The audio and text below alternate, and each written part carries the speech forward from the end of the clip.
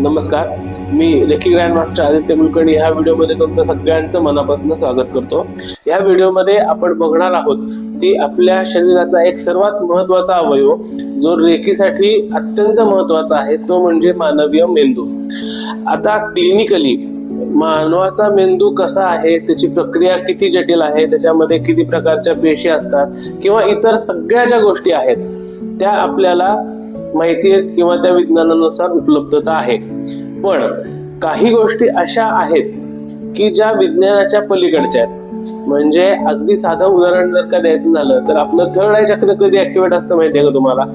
ज्या वेळेला आपल्या डावा मेंदू आणि उजवा मेंदू हा परस्पर क्षमतेने समान क्षमतेने काम करतो त्याच वेळेला आपलं थर्ड आय चक्र ऍक्टिव्हेट असतं।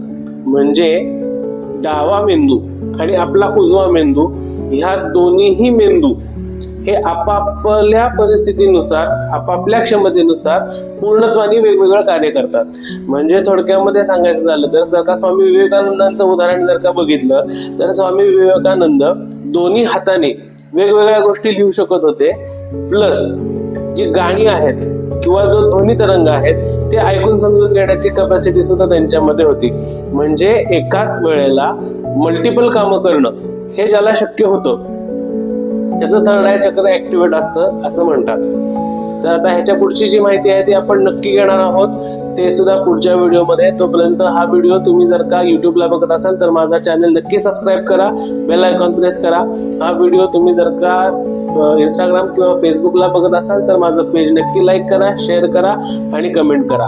आणि हो, त्याच्या आधीचे व्हिडिओज तुम्ही जर का बघायचे असतील किंवा तुम्ही बघितले नसतील तर माझ्या ट्रिनिटी हिलवेलच्या फेसबुक किंवा इंस्टाग्राम पेजवरती जाऊन तुम्ही ते व्हिडिओ बघू शकता किंवा यूट्यूबमध्ये सुद्धा ते व्हिडिओ अवेलेबल आहेत।